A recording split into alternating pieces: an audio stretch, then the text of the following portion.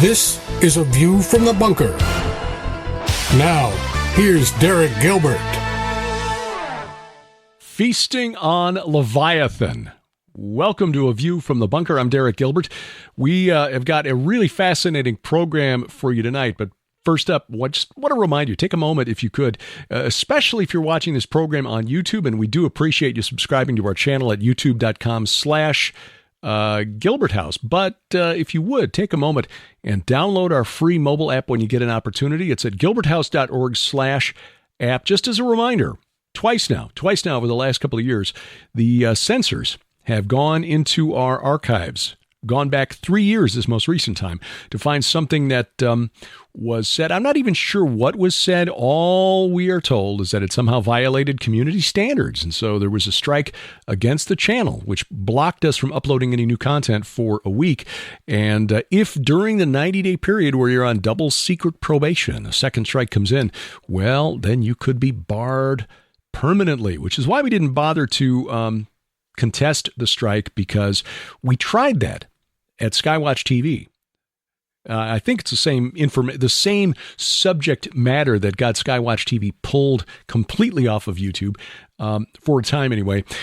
And we protested that, and that got the channel just completely barred. So rather than risk losing the opportunity to speak on Mars Hill, we're just taking the opportunity while we're here to remind you that you can bypass the gatekeepers and just get our app, because all of the content you're watching, if you're watching on YouTube, is available at our app, where it is hosted by a Christian company that is not going to censor what we say. So gilberthouse.org/app.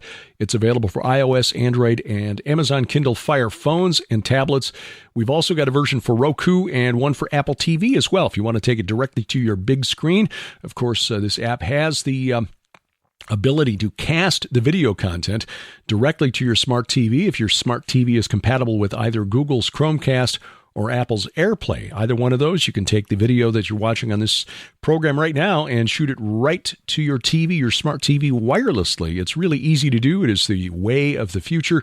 But and I will say that the app also has some additional features that are really helpful. Like there is a Bible module on there with several different translations, and you can use it to read to you if you're in the mood to hear some scripture. Maybe you're driving and you just want to hear something other than political talk radio arguing and making you angry. Listen to some scripture. You can do that with the Gilbert House app, thanks to the developers at Subsplash. Can't say enough good about them. And again, gilberthouse.org/app.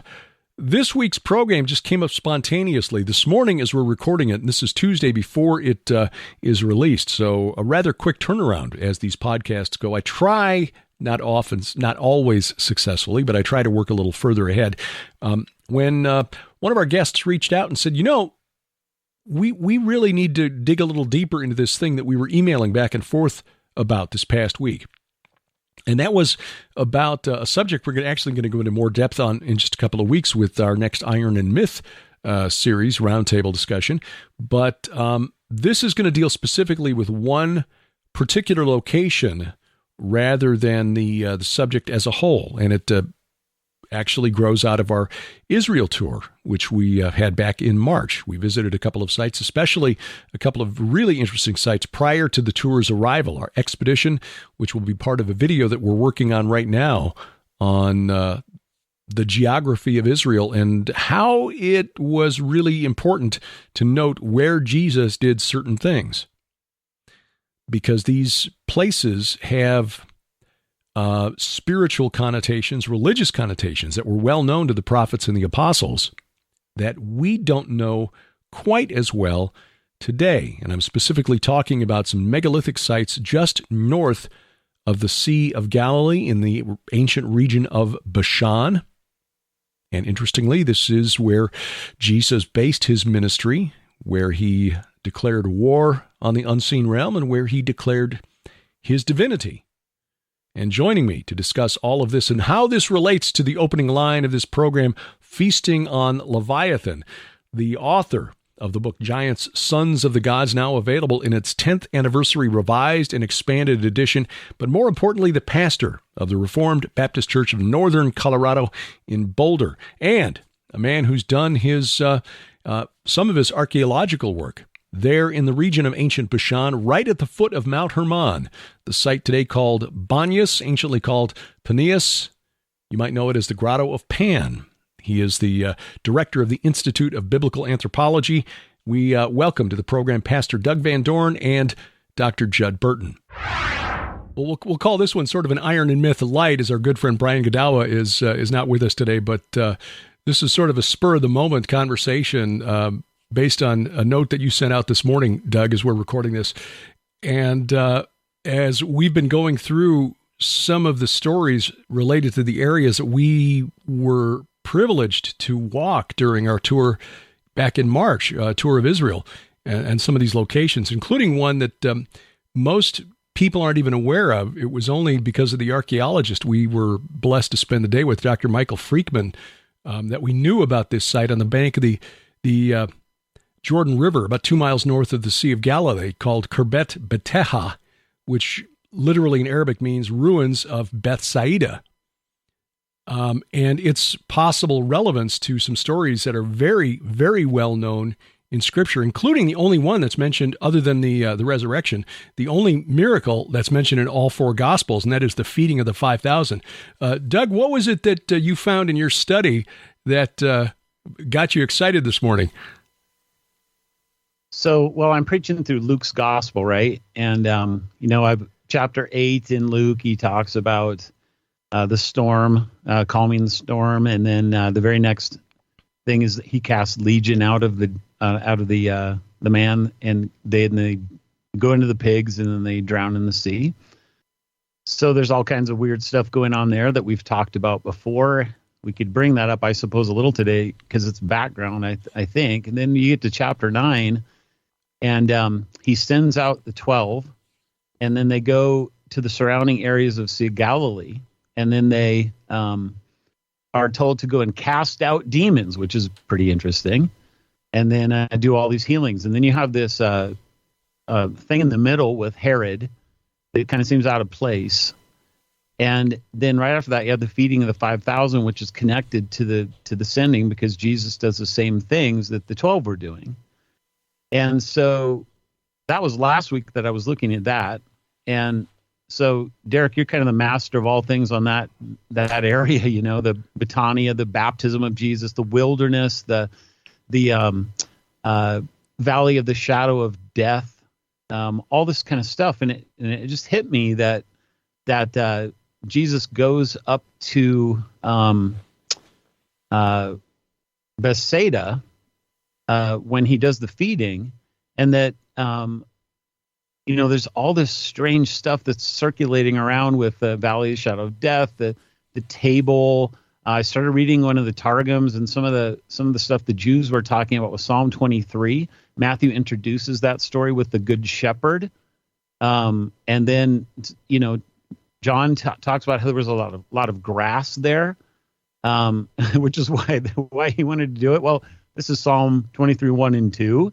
The Targum at that point starts talking about how God will feed them with the manna. And this is exactly what John's take on the 5,000 is about, is the manna from heaven. And then I started finding that Psalm 23 talked about feeding the people with Leviathan, a strange image.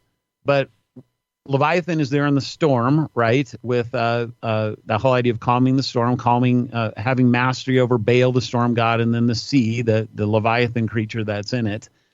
And so this whole idea of feeding Leviathan with the 5,000.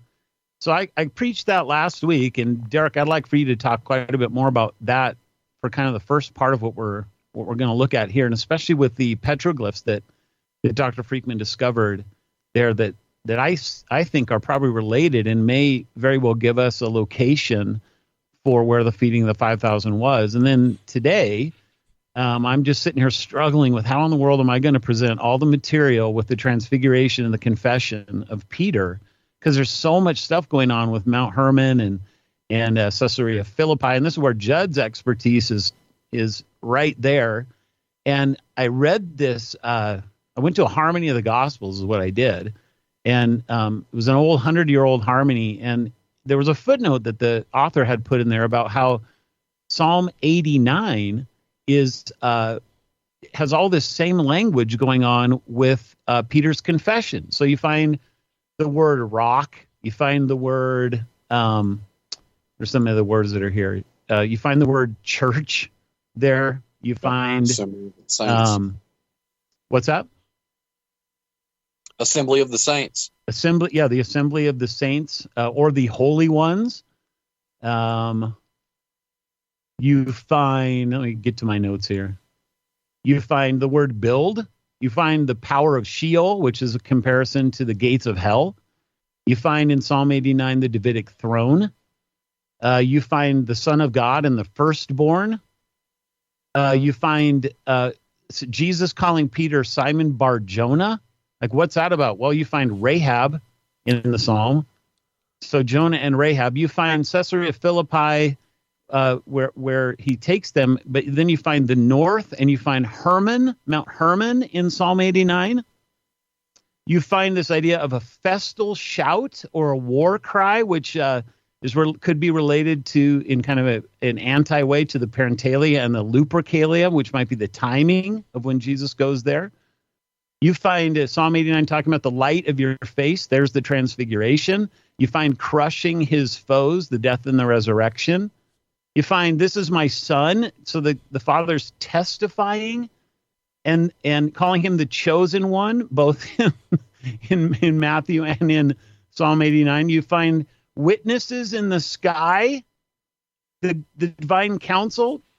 Curiously, he's called the Father, God the Father, by Jesus. Well, he's called Father El, Rock of our salvation in Psalm 89, and he's called El in the council, Derek. Mm-hmm. El in the council. And where is all this taking place? On Mount Hermon? And then when you add Psalm 87 and 88 into this, you get the regions of the dark deep, you get the Rephaim, you get the grave of Abaddon, you get life in Sheol, you have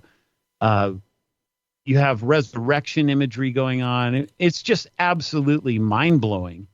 And so I wanted to pick your guys' brain and kind of do it live, kind of going through these stories with Luke, first with the 5,000 and then into the confession of Peter and then the transfiguration, just to kind of say that, kind of see what in the world is going on and help me think through this a little bit better for my own sermon this week. But also, I think other people could benefit from this too. Well, it occurred to me when we were on our tour back in March and we were out on the Sea of Galilee and thinking about these sequence of miraculous events that took place one after another. I found a nice, sort of a very simplified harmony of the Gospels in terms of the order in which the miracles took place. And you see just prior to this, Jesus calming the storm, subduing chaos, Leviathan, but also subduing the storm god, Baal, who Jesus identified in Matthew 12, and also Revelation 2, the letter to Pergamum, by connecting Baal and Zeus to Satan, the storm god, as Satan. So in that one event of calming the storm, you've got the storm god and chaos, represented by the sea, subdued in one shot, and then immediately he casts Legion, the demons, into the herd of pigs. So these rebellious spirits, the demonic spirits of the giants destroyed in the flood of Noah, subdued. So the Nephilim, the giants, the Rephaim, destroyed. He returns to land, raises the daughter of the leader of the synagogue, Jairus, or Jairus, to life, so defeating death. And then the feeding of the 5,000, which again was a reversal of this idea that the dead ancestors, the spirits, which were in fact the demonic spirits of the giants, had to be summoned once a month by name and then fed through a ritual to sustain them in the afterlife. Jesus reversed that by saying, no, you eat of my flesh and drink my blood instead of you pouring out the blood of the grape and feeding the bread to your deceased ancestors to sustain them. You do this once from me, and you will be sustained in the afterlife forever. It's a complete reversal of that. All of this taking place in and around the Sea of Galilee, interestingly, and that region between the Sea of Galilee and Mount Hermon. But it wasn't until after we got back that we, Sharon and I, starting to look through the sequence of events, realized that the feeding of the 5,000 took place in a desolate place near Bethsaida. Now, we'd already been looking at that location, this megalithic site, Khirbet Beteha, sort of a smaller version of Gilgal Rephaim, as very possibly the location above the Jordan River, because the bank, descends, I think you noted about 100 feet from where that thing sits on the bank down to the river level. It's about 100 feet above the river. You've got this megalithic structure that, if it's dated to the same period of time as Gilgal Rephaim, is probably close to 6,000 years old, 4,000 years old at the time of Jesus and the apostles. We figured that was probably a much closer, a much better candidate for the location of Jesus' baptism than the traditional site, which is down near Jericho. When you look at the geographic clues in John chapter 1, where everything is taking place north of the Sea of Galilee. I mean, John is very specific. John, the baptizer, sees Jesus, behold, the Lamb of God who takes away the sin of the world.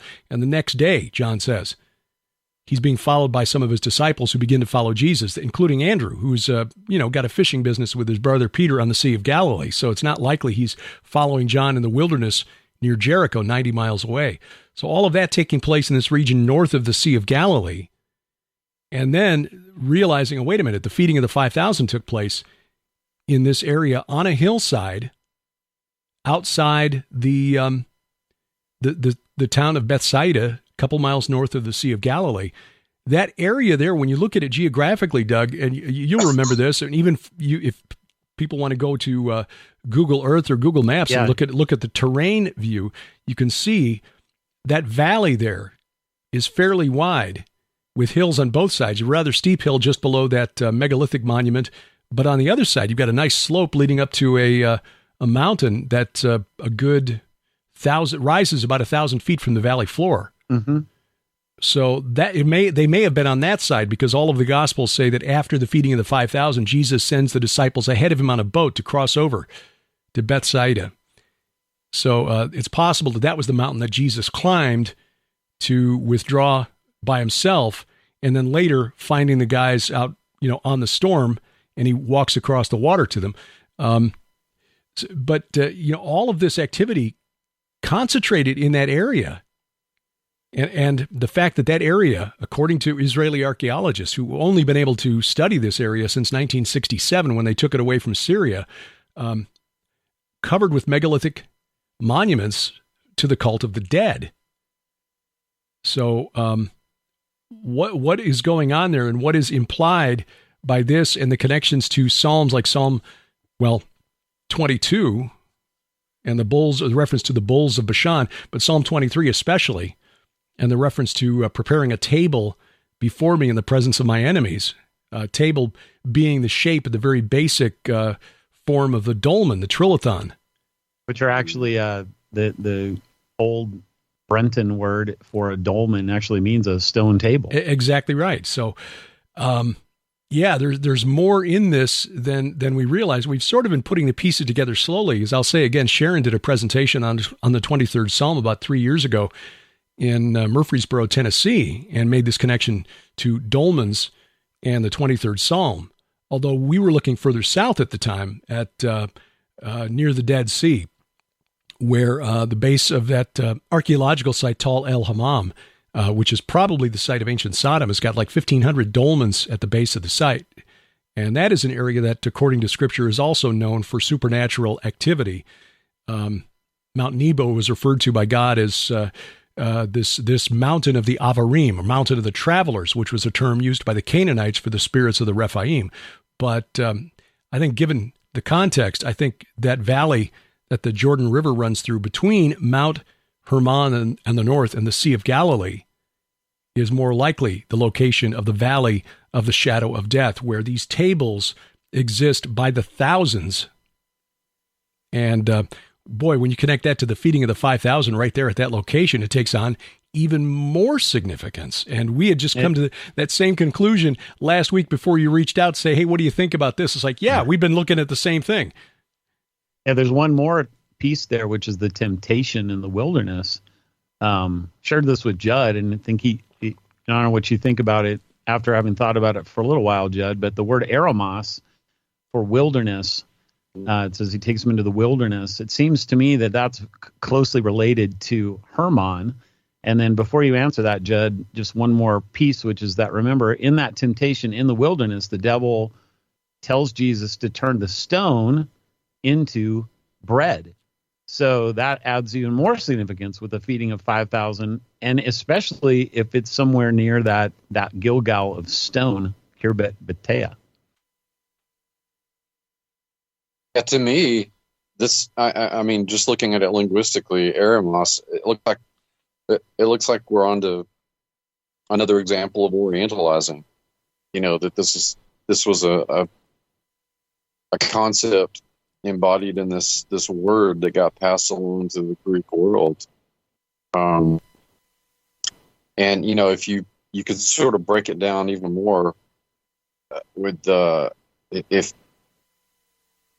it may be that eremos could be further broken down into the har part, the air part, which means mountain, and rhema, which means, of course, spirit, amongst other things.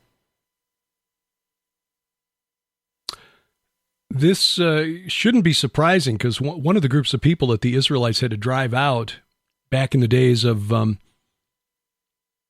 were in the land, at least in the time of Jacob, the Hivites, and Joshua had to drive them out. And it's known that the Hivites lived in the vicinity of Mount Hermon.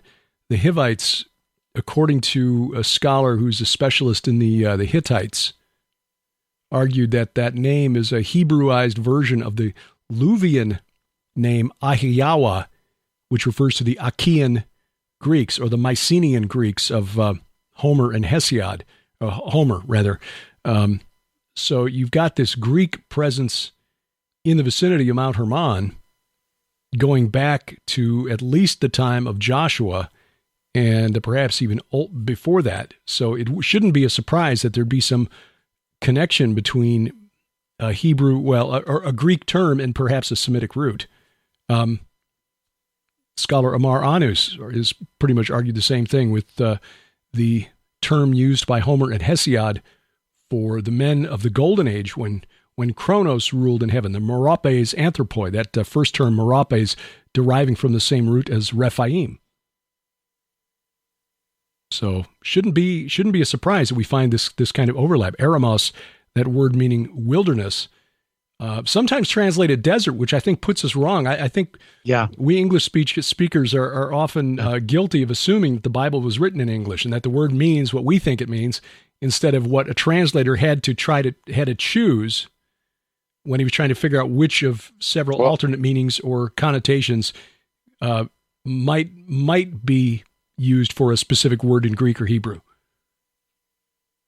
Well, and it occurred to me too that another possibility is that since Hermon can mean, I think, curse and oath are also sort of in the possible meaning list.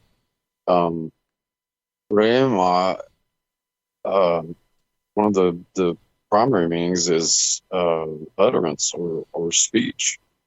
So there may be, again, we may be pulling on the threads of another example of Orientalizing, which seems to be happening with greater frequency these days. Yeah, Derek, what was it that Dr. Freakman found on the petroglyphs at this stone circle? I'm going to do a little post-production on this and put this up on screen so people are seeing more than just our three faces here, so they can see it. There were a couple of petroglyphs found at Kirbet Bethsaida. I'm going to bring it up here so I can kind of describe it. The petroglyph that he found in that circle, and I wish we had known about it, or I had remembered it when we were there, because we were all over that location. I'll see if I can find it quickly here. One appears to look like a fish, and this is on that big stone circle overlooking the Jordan River, 2 miles north of the Sea of Galilee. Now, he did in his paper, being a careful scholar, Mike Freakman put that it may have been markings, that and another zigzag that may represent a serpent, may have been markings left by Bedouins that have been through that area for centuries, marking a tribal territory. He said it's difficult to date, impossible to date really, but the different patina on those petroglyphs from the rest of the stone argues that they are much younger. They were carved at a much earlier date. But given that if this circle was built at the same time as Gilgal Rephaim, that would put it at about 3750 BC, give or take a couple hundred years. So nearly 6,000 years ago, 4,000 years before the time Jesus and his followers were in that region, presumably. If some follower wanted to commemorate that event 2,000 years ago, I mean, you'd still have some kind of a weathering and a patina on it and still be much younger than the date that the stone was put there. So it's possible that this fish-shaped emblem might commemorate the feeding of 5,000 men plus their families with a few fishes, couple of fishes, and 5 loaves of bread or whatever it was. I'd read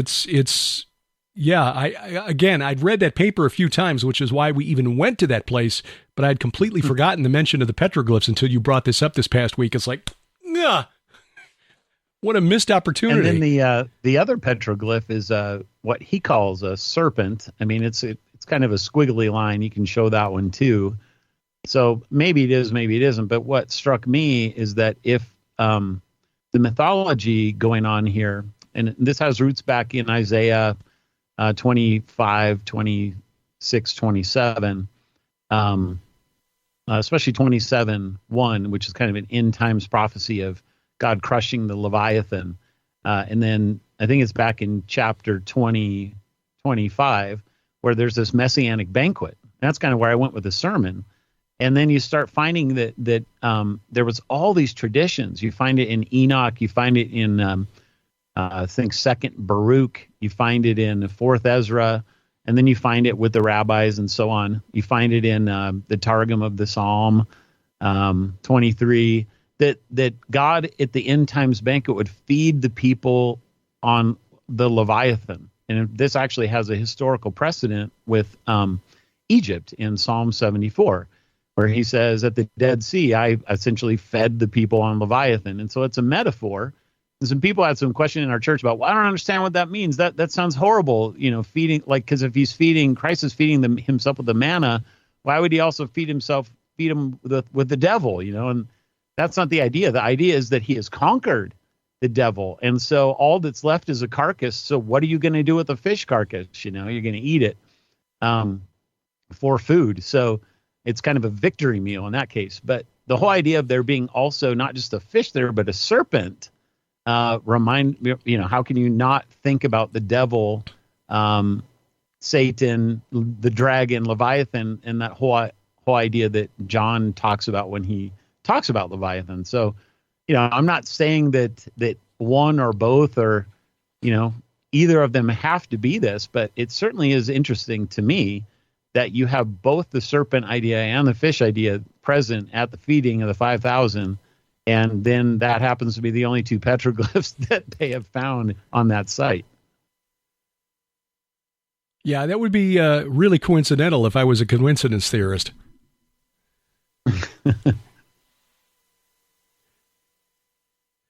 No, that whole region is so full of meaning beyond what we have ascribed to it in Scripture because of our naturalistic bias, which as Christians we should try to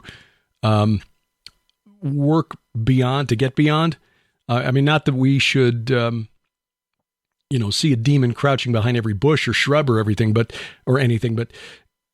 we tend to just ignore the supernatural explanations for things, and so we miss the significance of certain events or verses in Scripture. I mean, we've seen with the discovery of Canaanite texts over the last century that region around the Sea of Galilee and that valley, the Hula Valley, that's the valley between Mount Hermon and the Sea of Galilee, the Jordan River runs right through it, was a big swamp back in the day, but about 70 years ago, the Israelis began draining it to get rid of the potential for malaria. Now it's a protected wetland where migrating birds will land and flock there. Very rich farmland right now, but it was known in the Canaanite texts for being the place where Baal had congress, shall we say, with a cow just before he met Mot, the death god, and was dragged off to the netherworld temporarily.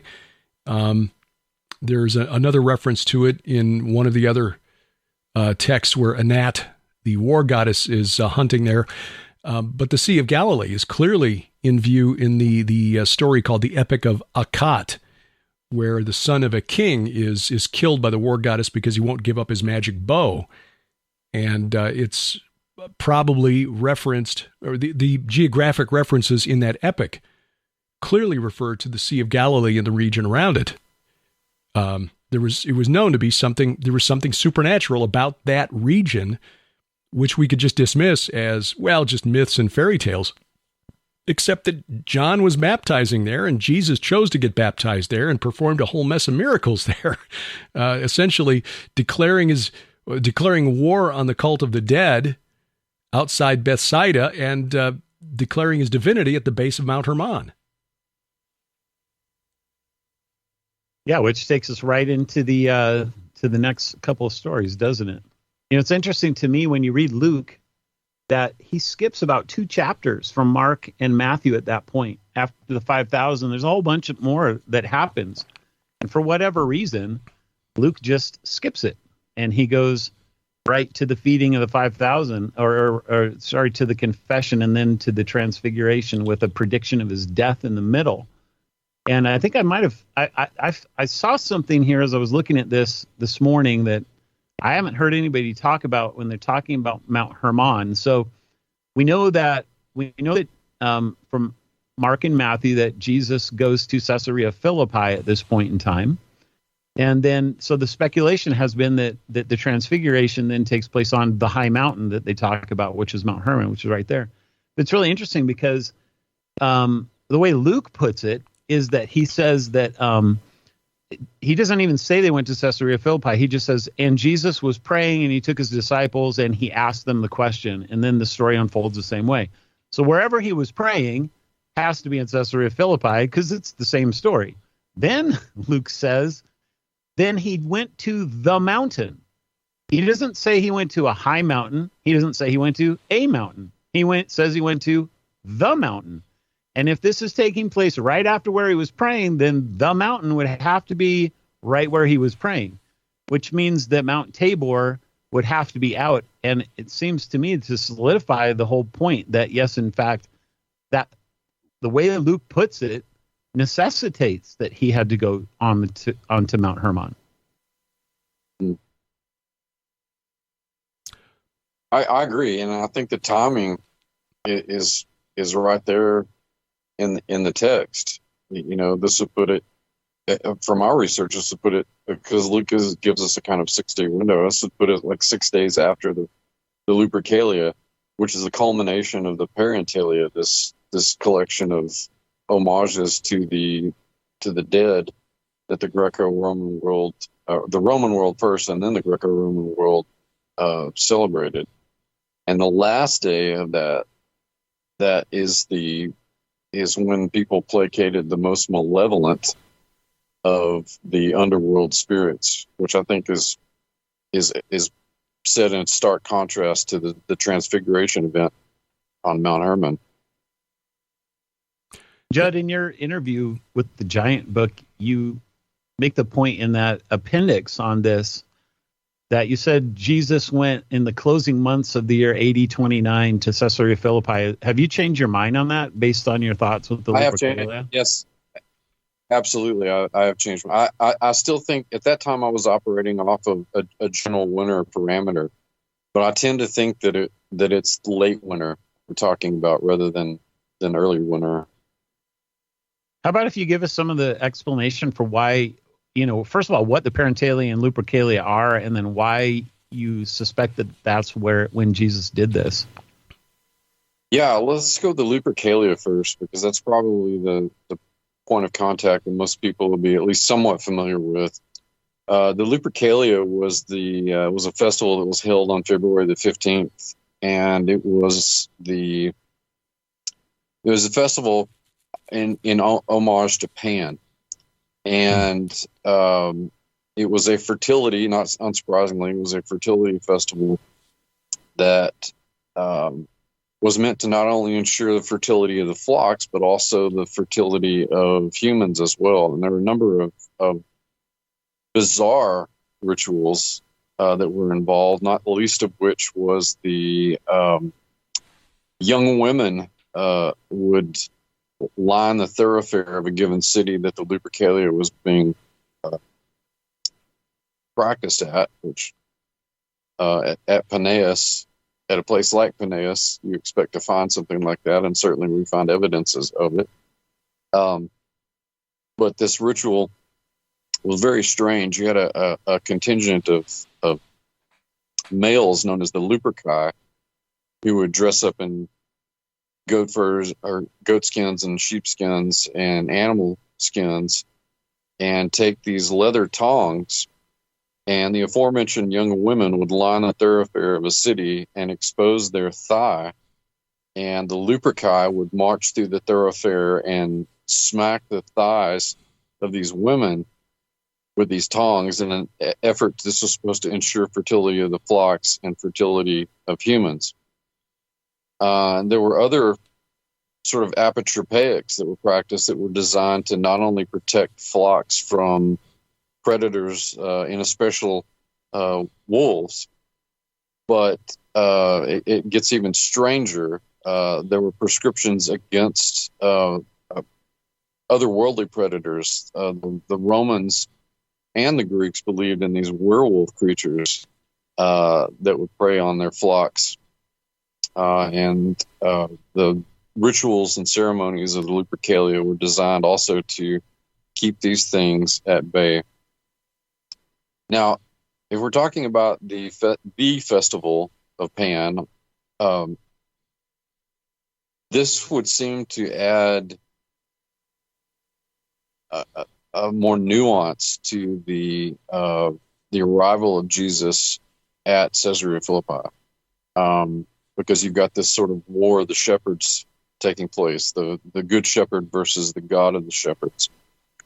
And so this is something I've spoken on before. I've spoken less so on the Parentalia issue. Parentalia was a festival that lasted during the middle of February, and it coincided. In fact, coincided with the Lupercalia. In fact, the Lupercalia is kind of the zenith during the Parentalia. But the last day of the Parentalia was, and before I say that though, we know that these communal meals that we've been talking about today, these festivals and meals in honor of the denizens of the underworld or particular gods, we know that these happened in mass at Paneas because even when I was working there were still a lot of debitage, just layers and layers and layers of broken earthen vessels that people had brought to, in this case, Pan, but ostensibly in other locations for other rites, which would have included the Parentalia. So we know that these kinds of festivals were taking place over a number of centuries, arguably millennia, but at least for the Greco-Roman phase, for centuries. But getting back to the Lupercalia and the Parentalia, the last day of the Parentalia was 6 days after the Lupercal.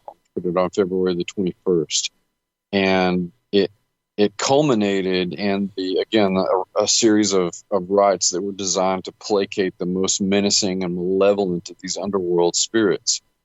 Given the pacing and timing of what Jesus is doing at Caesarea Philippi, certainly the Lupercal was the first festival that jumped out at me. That, oh well, if he's firing shot over the enemy's bow, then this would make sense in terms of sacred time.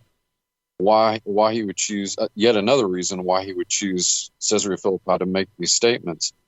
But it also occurred to me that it might be possible to dial down with more exactitude why this was the time that Jesus and his disciples were in Caesarea Philippi, because of the parentalia that coincides with the Lupercalia. And at the end of the stretch of days for parentalia, you've got people trying to keep the most menacing and violent of these spirits at bay, while Luke tells us that Jesus is ascending Mount Hermon for the Transfiguration event. And so here you've got these two things which couldn't be more dynamically and polarly opposite taking place at Mount Hermon. And so I think, in my estimation from my research, I think that this is probably the best case scenario for the exact timing of when Jesus and his disciples were at Caesarea Philippi and why they were there in terms of sacred time and sacred space. That's so interesting. Let's tease out a couple more things from this story that I think both of you guys can help me with, help others with. First of all, my understanding is that Mount Hermon was was known not just in among the Babylonians and Canaanites and others, that this was the place where El held council over with the 70. Is that correct? Yeah, according to Edward Lipinski, who's a Belgian scholar, very well known, he described it as the Canaanite Mount Olympus. So Mount Hermon is the Canaanite Mount Olympus. I just thought it was so interesting to see then that in Psalm 89, kind of in those beginning places where this is one of the first passages I learned about the divine council, because it's parallel with Psalm 82 and the sons of God there. And, Mike Heiser used to kind of do both of those Psalms together when he would talk about the sons of God, because Psalm 89 really makes it clear that they're in the heavenly places, they're in the skies, they're in the clouds. But the Psalm, I don't remember him bringing this out, the Psalm actually calls God El there. It's very specific. It's not Elohim, it's not Yahweh, it's El in the council. Well, and that raises an interesting possibility that the translators of the New English Translation, the Net Bible, raise, because the phrase translated the divine council in Psalm 82 verse 1, El, could actually mean the assembly of El, in which case Psalm 82 is describing Yahweh jumping into the midst of the assembly of El and basically saying, okay, this is the infernal council, and though you are gods, all of you, sons of the Most High, like men you shall die and fall like any prince, which makes that even more dynamic than it reads. Because as it is, if you assume that the divine council is Yahweh's divine council, it reads like a courtroom scene in heaven where he's bringing these divine rebels in and handing down judgment. But the Net Bible translators in their notes actually say the present translation assumes this is a reference to the Canaanite high god El, who presided over the Canaanite divine assembly. So in this context, then, the psalm must be understood as a bold polemic against Canaanite religion. Israel's God invades El's assembly, denounces its gods as failing to uphold justice, and announces their coming demise. So now, the Net Bible translators do have a bias, kind of a naturalistic bias. They're just seeing this as a polemic. I'm saying, okay, what if this actually describes a literal confrontation in the divine realm, the supernatural realm there on Mount Hermon, where God is saying, okay, I've already banished El, who I think is Shemiyaza, the leader of the rebellion from Genesis 6, to the netherworld. But his minions are still having a council meeting somehow, maybe demons acting as, intermediaries to pass messages back and forth. I don't know how this works in the spirit realm, but Yahweh stepping in and saying, no. This is not how this is going to go. You're all, or who knows? Maybe this is a pre-flood condemnation. Don't know. But I think it's more literal than what we've been taught. Certainly Mike thought so, but there may be a whole nother level to this. If you see Adat-El as not just the divine counsel of Israel's God, but Israel's God basically bursting into this infernal council of rebellious Elohim and pronouncing judgment. Yeah, and into that very kind of an idea is what I think could be happening with the transfiguration. Yeah, with kind of the reversal of the divine counsel and the bringing now up of God's people to take their place. Because here you have on Mount Hermon, then you have Jesus referring to his Father. So that's the equivalent of El. Not that they're the same, but that this is a battle. This is a war that's being waged. And then the Father is then pronouncing or giving this testimony, this is my Son in whom I am well pleased. Listen to him. This is the equivalent of what's going on in the Psalm 89 of all this testimony stuff going on about who this firstborn is going to be and how God is going to establish his throne forever and how he's going to crush his enemies under his feet. And then how there needs to be a faithful witness in the skies. And it says, like the moon, it shall be established forever. So you have the moon and you have the skies. You have this whole idea of a testimony, and it's taking place, it seems to me, on the place of the Canaanite high council of gods, which is what the beginning of the psalm was all about. So, and that makes Psalm 68 even more interesting. Psalm 68, beginning at verse 15, O mountain of God, mountain of Bashan. But as Mike pointed out, Mike Heiser, Har Elohim can mean mountain of the gods, and in this context, that's probably what it does mean. Mountain of the gods, mountain of Bashan, O many-peaked mountain, mountain of Bashan. That's a reference to Hermon, which is the highest peak in a chain of mountains, the anti-Lebanon mountains. Why do you look with hatred, O many-peaked mountain, at the mount God desired for his abode, yea, where Yahweh will live forever? Why are you looking at Mount Zion and being jealous? The chariots of God are twice 10,000, thousands upon thousands. The Lord is among them. Sinai is now in the sanctuary, or perhaps the Lord comes from Sinai in holy splendor. You ascended on high, leading a host of captives in your train and receiving gifts among men, even among the rebellious, that Yahweh God may dwell there.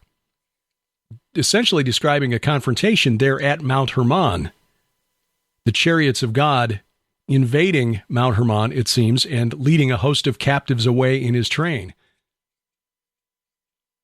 If I'm reading it and understanding that correctly.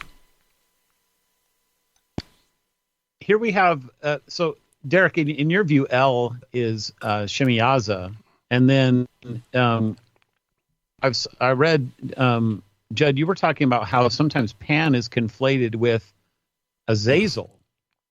And these are the two guys that are the instigators of the rebellion in Enoch. Yes. So and one is at the bottom, one is in the cave of Pan, and one is at the top, ruling from the top.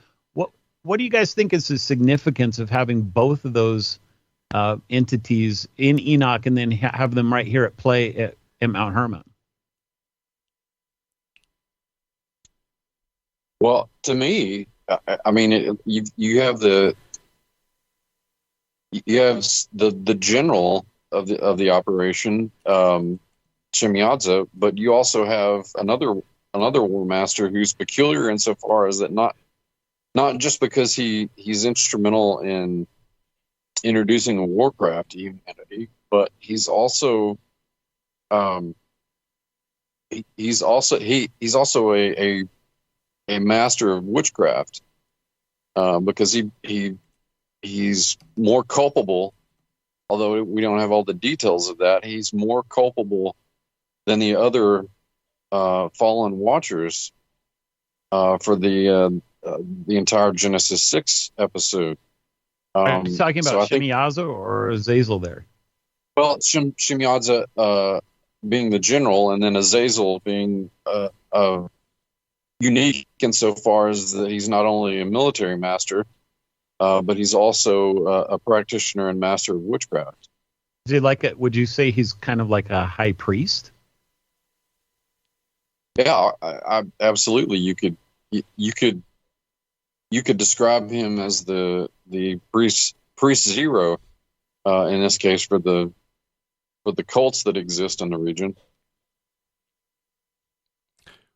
I've speculated that perhaps Shemiyaza fulfilled that role and that he is the one in view in Ezekiel chapter 28.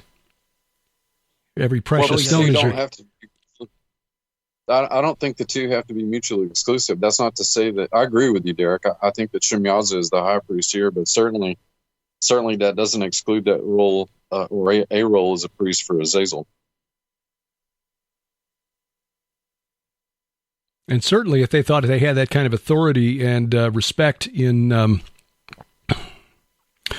Eden, there may have been some discontent with God creating this new jewel of a planet and then giving dominion to the human children of Adam and Eve.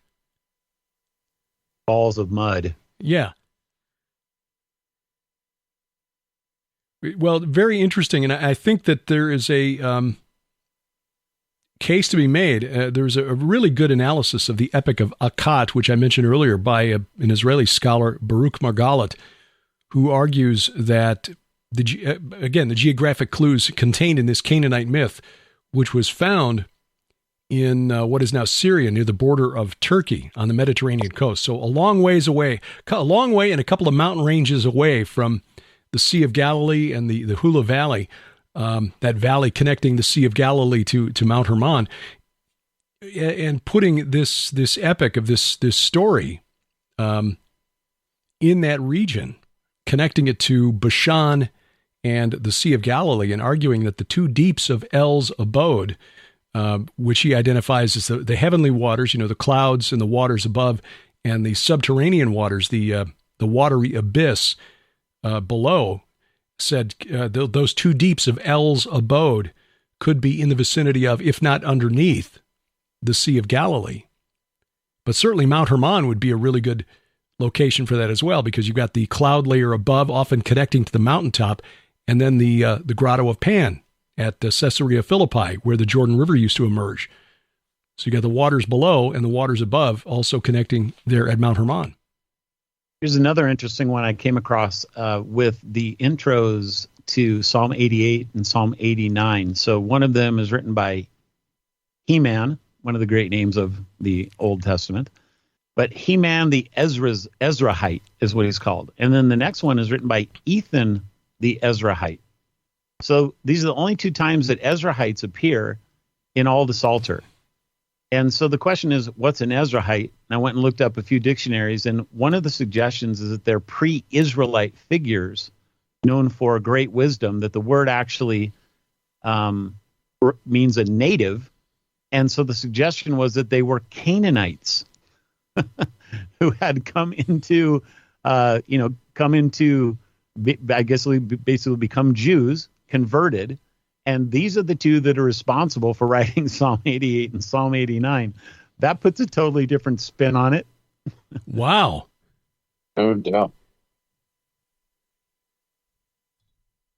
So here you would have, we've got all this Canaanite imagery being used in these Psalms, and then the Gospels showing that there's a subversion of it all going on, and that the Psalm 89 is really now being fulfilled in Christ, the Messiah, all the things it promised with the covenant and the Son of Man coming and all this stuff being first prophesied by guys who were Canaanites. Huh. Well, there's more hinted at in Scripture than we understand, because we've lost that worldview. I mean, Psalm 42, with the very famous Psalm 42, verse 7, deep calls to deep, which, I've heard songs written with that verse in it, but I don't think the composers actually had the connotation there, because I think what they're dealing with, when you go back to verse 5, my soul is cast down within me, therefore I remember you from the land of Jordan and of Hermon, from Mount Mizar, which may be another peak in that range of mountains. Deep calls to deep at the roar of your waterfalls. And that sort of calls to mind that waterfall that we visited, Doug, when we were there very near the site of ancient Avel Beth Ma'akah, which the waters of Dan kind of overflowed to go down into that valley, the Hula Valley, which was very near, according to the book of First Enoch, where Enoch delivered the judgment of God to the weeping angels, the weeping watchers, the waters of weeping, Avel Ma'im, in the book of First Enoch. But again, the translators of the New English translation, I like reading the Net Bible for the translator's notes, because they actually explain, here's why we chose this meaning, although it could mean this, and we're not really sure. Psalm 42, verse 6, they translate this way: I am depressed, so I will pray to you while I am trapped here in the region of the upper Jordan, meaning the Jordan River in the region of the Hula Valley, between the Sea of Galilee and Mount Hermon. From Hermon, from Mount Mizar. And they note that the next line indicates the region of the upper Jordan where the river originates is in view. This is essentially enemy territory. This was the valley, according to archaeologists, surrounded by these megalithic stone tables, dolmens. More than 1,000 of them have been found that ring this valley. And then at the north end of that valley, you've got Mount Hermon, which was known to the ancient Israelites, the Jews, to be the Canaanite Olympus, is where the gods of their pagan neighbors met, up on top of that mountain. And again, we could dismiss all of this as just a bunch of myths and storytelling, the Canaanites' imaginary friends, except that Jesus based his ministry there. And when you read the sequence of events in the scriptures, and as you point out, Luke sort of leaves out some stuff in the sequence of the miracles that take place, but in between the feeding of the 5,000 and then going out onto the Sea of Galilee and demonstrating his mastery over Satan, the storm god, Baal, by calming the storm and calming the waves, representing his mastery over chaos, and perhaps also over Shemiyaza / El, if in fact the two deeps of El's abode are below the Sea of Galilee. He goes to the region of Tyre and Sidon in Lebanon and heals the Gentile woman's daughter, the Syro-Phoenician woman, who said that, it's not right to give dogs the food from the table, but, even the dogs eat the crumbs. And Jesus says, your faith has made your daughter well, and, heals her. So he goes there. And then on the way back, when you look at the maps of the ancient, ancient Galilee, the road returning to his home base in Capernaum on the north shore of the Sea of Galilee would have gone right past Banyas, but instead of or Caesarea Philippi, but instead of going there, he went back to the Sea of Galilee first, right, fed 4,000 more, right, healed a blind man at Bethsaida, and then he walks back to Caesarea Philippi, which is a 30-mile walk through the hills, which probably took 2 or 3 days. So it wasn't like, hey guys, while we're in the neighborhood, let's just stop in. It was a special trip. And as Judd pointed out, it was done at a certain time of year for maximum effect. All of his followers had to be thinking, teacher, why are we here at this pagan place at the height of this pagan celebration?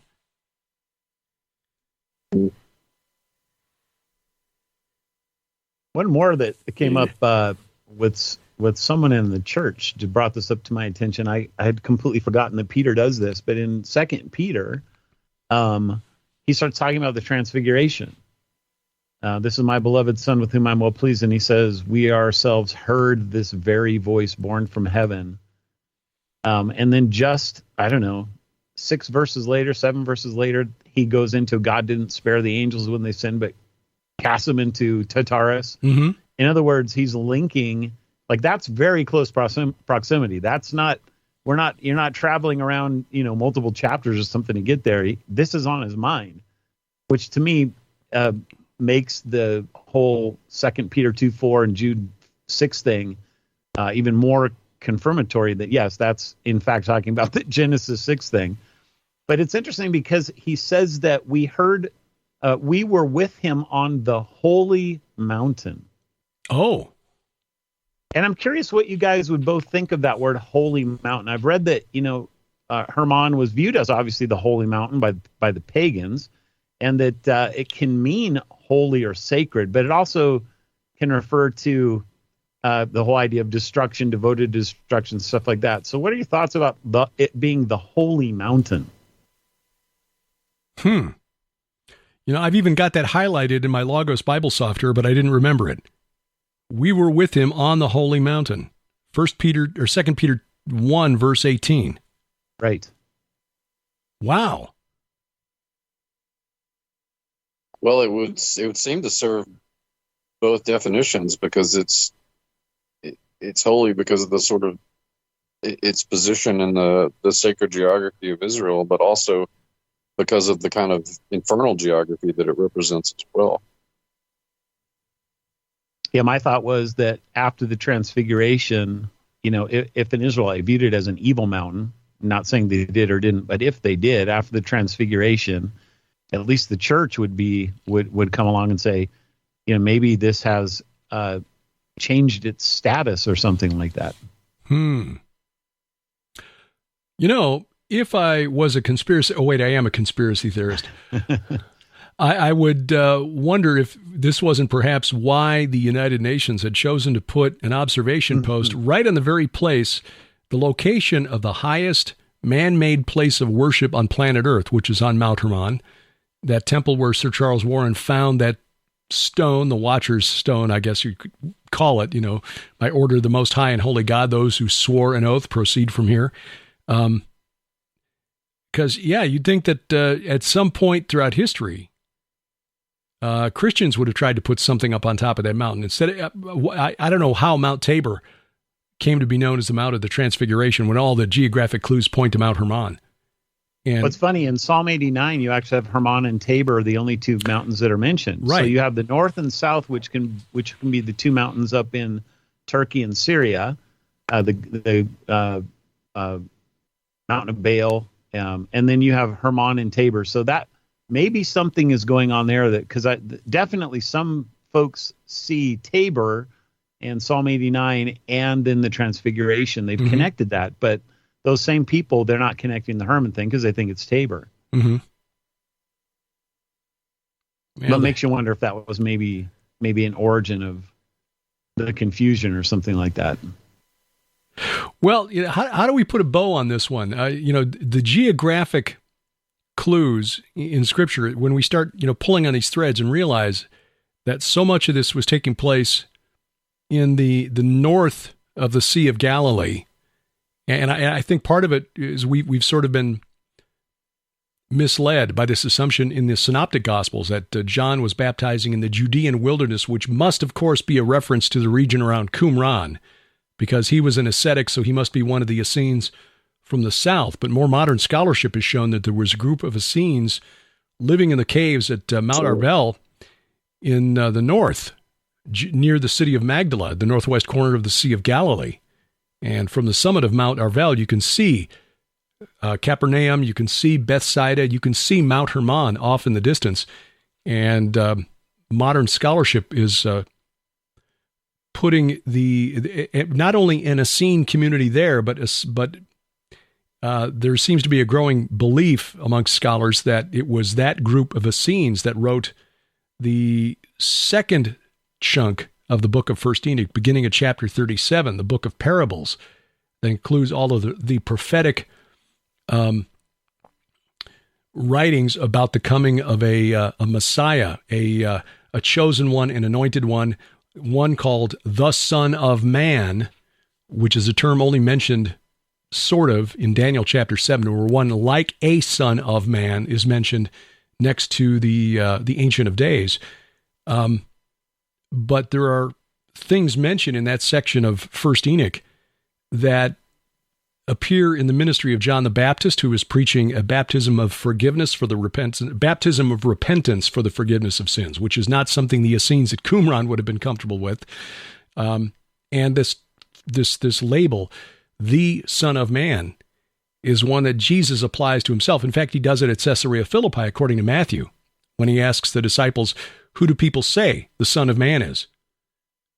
Which and their converted descendants would seem to support that notion too, and in addition to the recent scholarship, because there were Elkosites and Ebionites that lived in the Golan and Upper Galilee as well. Okay. In later centuries.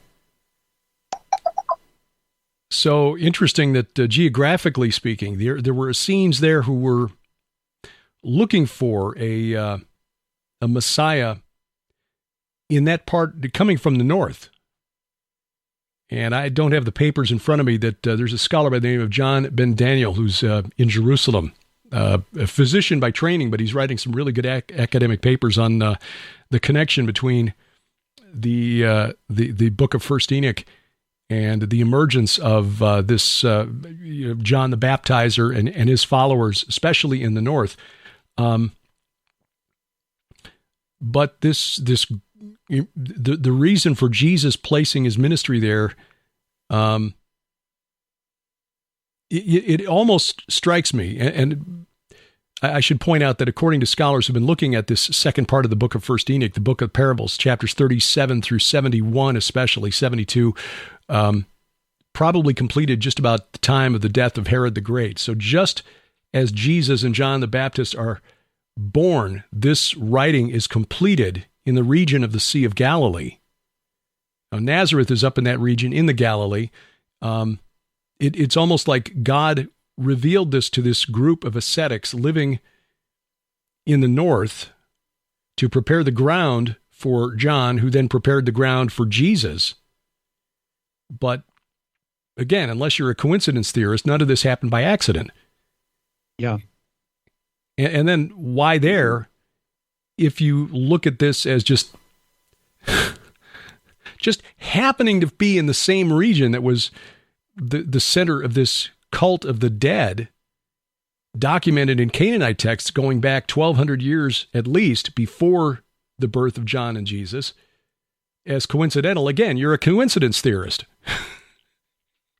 Here's another coincidence along those lines. I just reading Second Peter, the kind of the beginning of this. How does he start it off?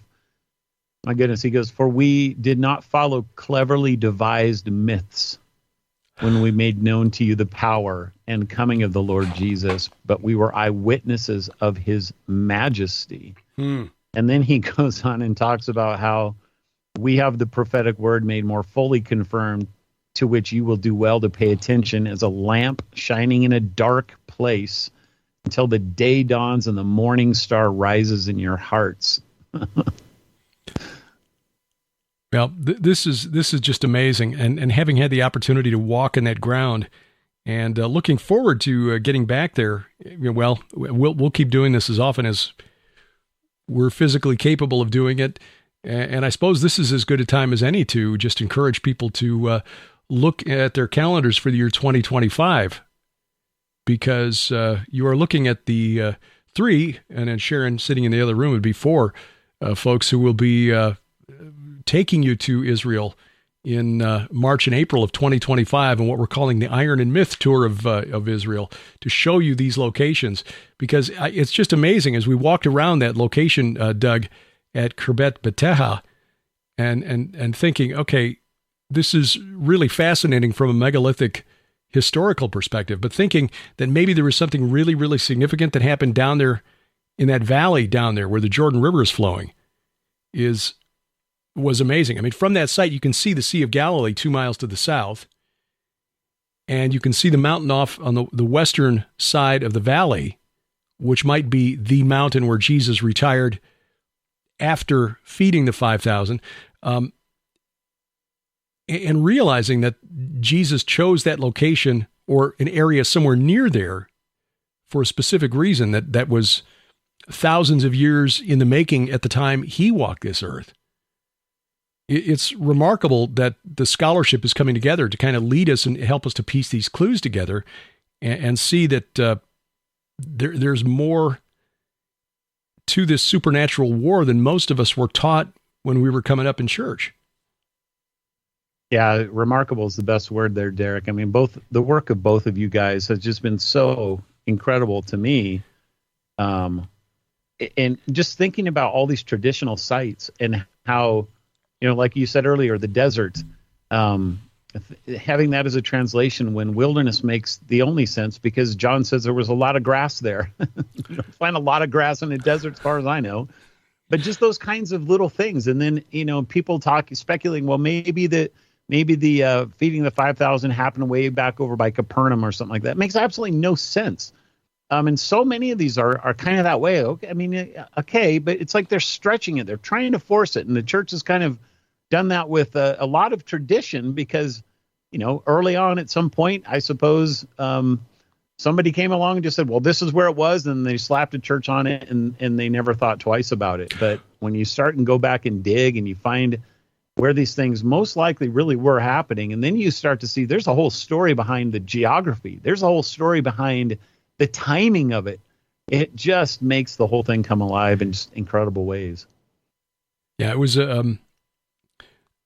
interesting reading the reason that site near Jericho is to this day considered the traditional location, and the United Nations has now approved it, and the government of Jordan has allocated something like $300 million to turn it into a tourist site. God bless them. The Jordanians need, every revenue source they can get because they don't have much there in the way of natural resources except for sand. But the early church theologian Origen in the early 3rd century was responsible for that location, because even though he admitted in his writings that the best available texts of the Gospel of John, John 1:28, which read that these things happened at Bethania, where across the Jordan, where John was baptizing, or Bethania beyond the Jordan. Nobody knew where Bethany was other than the one on the Mount of Olives, because that's the only one anywhere in the vicinity. So Origen said, well, it must be Beth Abara.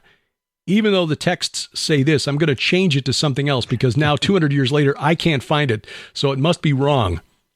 And that's why the King James translation to this day reads Beth Abara in the King James, because Jerome, when he translated the Vulgate, followed Origen instead of going back to what the original and the best and oldest Greek manuscripts read.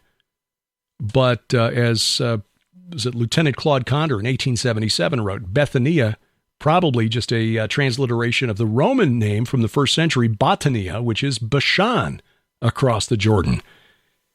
And considering that Jesus' first 3 disciples were from Bethsaida, Andrew, Peter, Philip, that makes a lot more sense than assuming that he was baptizing 90 miles away and Andrew following him 90 miles away. And I don't know, scurrying back home every night to, help Peter on the fishing boat. That doesn't make any sense. So yeah, this whole region in the north as this supernatural battleground, going back to the time of Bashan, and knowing that the pagan neighbors of ancient Israel knew that this was the location.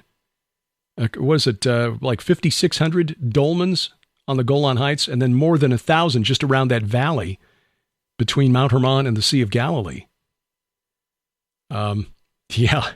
Valley of the shadow of death, especially when you look at Matthew chapter 4 and his note that Jesus moving to Capernaum from Nazareth fulfilled the prophecy in Isaiah 9. The people dwelling in darkness have seen a great light, and for those dwelling in the region and shadow of death, on them a light has dawned. Like, wow. Well, this is... Yeah, I know. I mean, I wish I'd had a pastor like you, Doug, when I was growing up, because church would have been so much more interesting. 45-minute sermon? Yeah, bring it on if there's stuff like this in there. Where do people find your sermons? Do you put those online, Doug, after you preach them? Yeah, they're on our church website. So it's our name of our church is Reformed Baptist Church of Northern Colorado. So it's just our initials, rbcnc.com. Okay, I'll put a link. I have all the PDFs. I mean, I've been PDFing them since the beginning. I'm kind of a reader that way. I don't like to say stuff that's wrong and stupid, so I try and plan it ahead and then go with it. But so anyway, people can read all the PDFs, and then we also have the audios all linked as well. So and right now the Luke stuff is all up to date, and People can go listen to even last week's sermon if they want to. Very cool. So you're going through and doing sort of a verse-by-verse exegesis, but then connecting all these threads. Yeah, I mean, it's not, I'd probably mention every verse, but I'm trying to go quickly. I'm not one of these Reform guys that spends 25 years in Luke, so. But I must say, you're probably also the only pastor on planet Earth who cites Blurry Creatures podcast as a source. Exactly. That's okay. We love Nate and Luke. I'm pretty sure I am the only one. So. Yeah, no, we love those guys. Dr. Jed Burton, Pastor Doug Van Dorn, back in just a couple of weeks as part of the full Iron and Myth team. And check the notes for links to their websites, especially links to Doug's recent sermon series going through Luke chapter 9 and all of this. Man, fascinating stuff. And one more thing for that sermon last week, Judd had done just something remarkable with Psalm 23. Maybe you can tell folks about it. Oh. I have it in that sermon, so the only place you'll be able to read it as of right now. Sure. Just real quickly, I thought it would be interesting to use a kind of structural mythological analysis on Psalm 23. So I took what I'd learned from an anthropologist named Claude Lévi-Strauss, who was famous for doing the same thing, making all these inversions in mythic narratives to kind of make the stuff pop out to it. And I just applied the same theoretical model to Psalm 23 and wrote it out with the kinds of inversions that Lévi-Strauss used. And it was quite shocking and eye-opening. Beginning with rather than the Lord is my shepherd, the shepherd is my Lord, just to give readers and listeners a kind of clue as to where that goes. Well, and for those who don't know, or maybe forgot or aren't familiar, whatever, the Watchers, sons of God in Enoch, are called shepherds. In fact, we brought that up earlier. Somebody was talking about the shepherd. I think it was you, Judd, talking about the shepherd versus the shepherd. Right. Yeah. So to say that the shepherd is my Lord as an inversion, and all of a sudden you're starting to tell the Psalm 23 kind of I called it the bizarro Superman translation of Psalm 23. Sharon, it's exact opposite, right? Sharon is actually she's actually done that. She's given presentations on if the Lord is our shepherd, the good shepherd, who's the bad shepherd, and did that as a way to introduce the ancient world's veneration of Dumuzi, who is or Tammuz in the Bible, who was the consort of Inanna, Ishtar, and interestingly enough, there's a group of dolmens that have been found along the Zarqa, which is the river that runs through Amman, Jordan, and connects up to flows into the Jordan River south of the Sea of Galilee. It was called the Jabbok or Yabok back in biblical times. Anyway, there's a group of dolmens there at a location where they applied the study of archaeoastronomy to these dolmens to find out if they were aligned with the stars or aligned with the solar, like the solstice or equinox, and found they were all oriented for the most part to like 152 degrees on the compass, so like southeast, and he couldn't figure out what it was until he realized that on the winter solstice was the first day when the constellation Orion, which was Dumuzi in the ancient world, appears to be standing up in the night sky. So all of these dolmens, these monuments to the dead, appeared to be in veneration of the shepherd deity Dumuzi. So the bad shepherd, connected to the cult of the dead, apparently, because he was sort of a dying and rising entity in the story, like Adonis, like Persephone, where because he had made Inanna, Ishtar, angry at him, he was dragged off to the netherworld for 6 months out of the year. So anyway, and that the Semitic root for goat is even preserved in that iteration of his name. Oh, Uz. And yeah, Job, the land of Uz, and Azazel. Mm-hmm. Yeah. Okay, more threads. We could spend the rest of the afternoon unpacking. Fascinating as always. And guys, we'll talk to you again real soon. Just a couple of weeks for the full gathering as we talk more sacred geography with Brian Godawa joining us. That'll be fascinating. Look to the show notes for the links to Doug's and Judd's website. Judd's website, by the way, is new and updated, burtonbeyond.net. But Doug's website for his church, Reformed Baptist Church in Northern Colorado, where you can find his sermons based on the material we just discussed. And his sermons, as he writes them out, read like academic papers, somewhat. Academic papers, but written in a conversational tone. So easy to absorb the information. And wouldn't church have been a lot more interesting if your pastor had been teaching on this when you were a kid? Yes, I can say it would have been true for me. Well, when is terrorism not terrorism? Apparently, it's when you agree with the politics and especially the gender ideology of the people making the threats. Yes, bless their pointy little heads. Straight ahead as A View from the Bunker continues.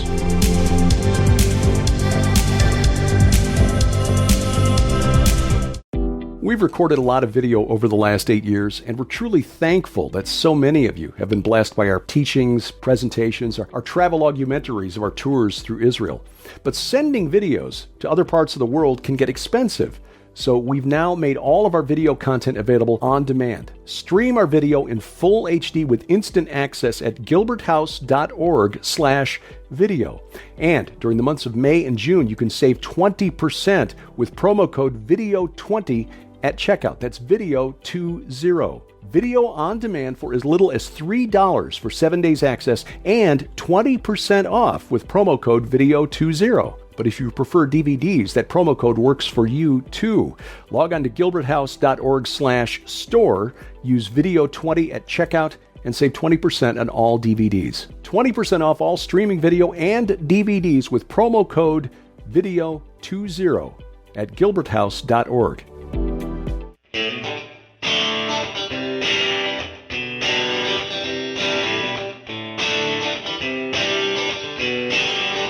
Walking the walk every Sunday night from the beautiful Missouri Ozarks. This is A View from the Bunker. I'm Derek Gilbert. You'll find us online at VFTB.net. That is our global hub for the podcast, the global hub for all of the stuff that Sharon and I do. That's gilberthouse.org, gilberthouse.org. You'll find links there to our weekly Bible study, the Gilbert House Fellowship, our podcast, PID Radio, the podcast that we began back in 2005 that started all of this.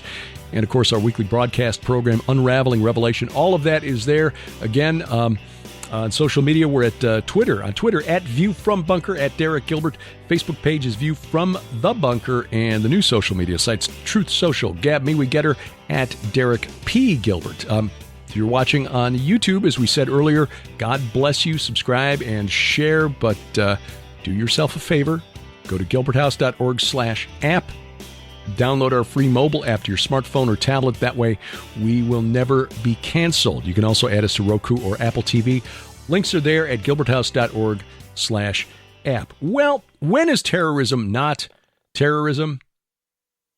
It's when you agree with the ideology of the people making the threats, apparently.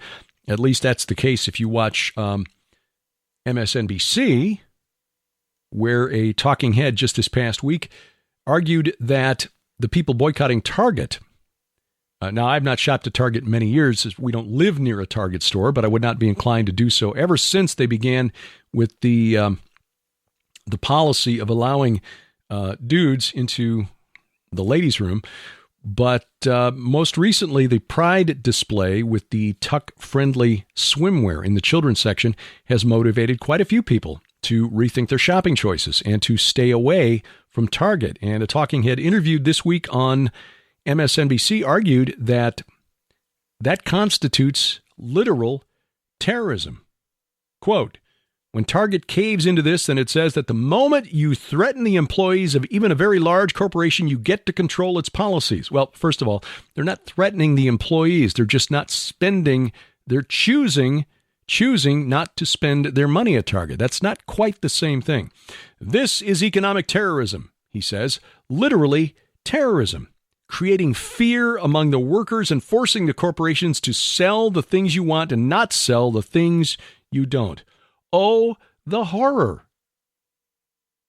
Compelling corporations to sell you the things that you want to buy and not sell you the things that you do not want to buy, as opposed to being forced to buy the things they want to sell and not sell the things that you want to buy. Apparently, in this gentleman's world, that is the way things ought to be. Now, this is what we call free market capitalism, which is the economic system that's produced an unprecedented level of prosperity here in these United States. Now, that's been shrinking since the 1970s. That's a whole nother story. But be that as it may, the idea that people should be allowed to make choices where they spend their money and on what they spend their money is literally terrorism in this man's view, and MSNBC saw fit to give him a platform. Meanwhile, it's been reported that literal bomb threats made to Target stores kind of, lost in the news shuffle because, there's so much to talk about with Ukraine and the budget crisis and all that stuff. 5 Target stores, 4 in Ohio, 1 in Pennsylvania, literally threatened a week ago, Friday, via email with bombs. And reading literally from the email, quote, "We will continue to bomb your Targets until you stop cowering and bring back your LGBT merchandise. We will not be erased. We will not go quietly," end quote. This, the corporate media just sort of glosses over, no biggie, while at the same time giving a platform to a man who describes actual free market capitalism as literal terrorism. Well, that kind of says everything that you need to know about their worldview. Capitalism equals terrorism, to which we say, bless his pointy little head. Well, it's the challenge to try to talk about these things without really ranting. There's enough of that in social media, talk radio, cable news, etc. Don't need more of that from me. But there are days it's a little more difficult than others, especially when you're dealing with topics that affect the development of children who've really become a battleground here in just the last 5 or 6 years or so.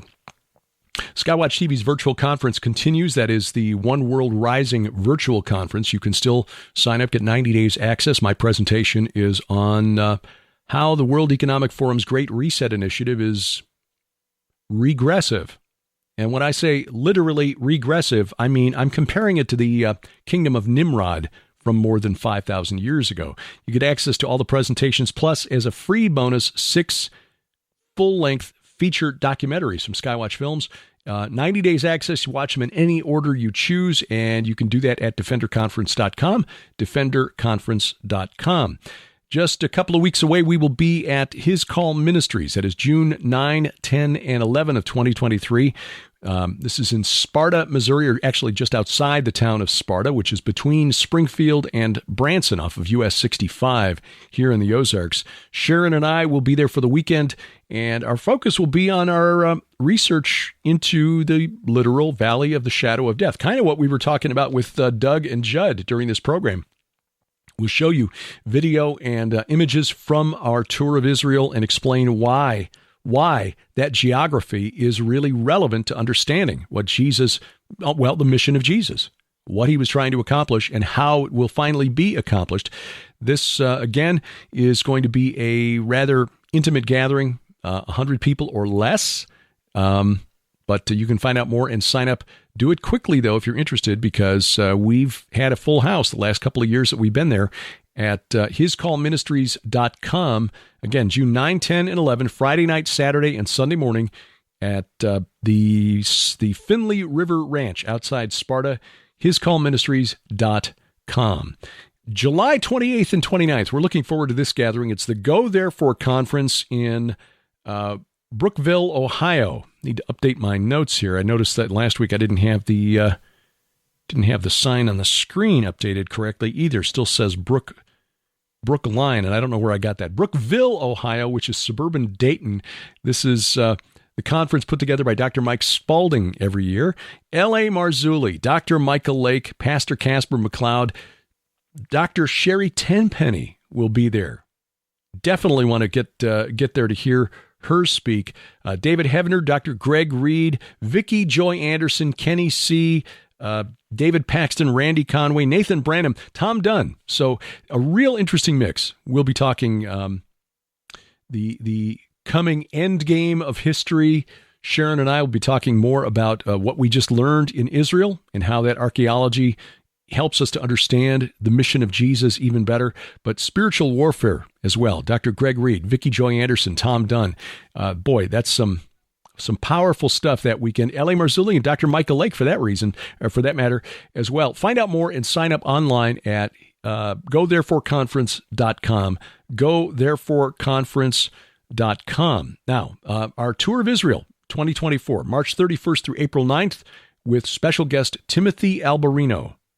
Take advantage of this opportunity to see the Holy Land in a very unique way.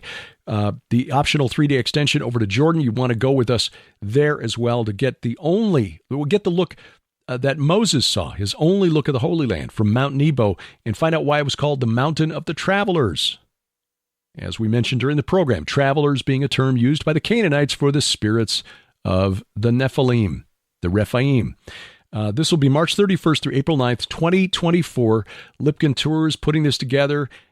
Best tour guides in Israel. And again, they're willing to take us places that no other tour will go. So do join us next year. You find out more online, gilbertsinisrael.com, gilbertsinisrael.com, or gilberthouse.org/travel. And as we teased during this program, we're already setting up a 2025 tour, the Iron and Myth Tour of Israel in 2025. That'll be late March in 2025, and we hope we see you in the Holy Land. Thank you for taking time out of your schedule to watch or listen wherever you are consuming this podcast, whether it's YouTube, Apple Podcasts, Google Podcasts, Amazon Music, iHeartRadio, Spotify, Spreaker, Stitcher, wherever fine podcasts are sold. We appreciate a review, a like, a thumbs up, and especially your prayers.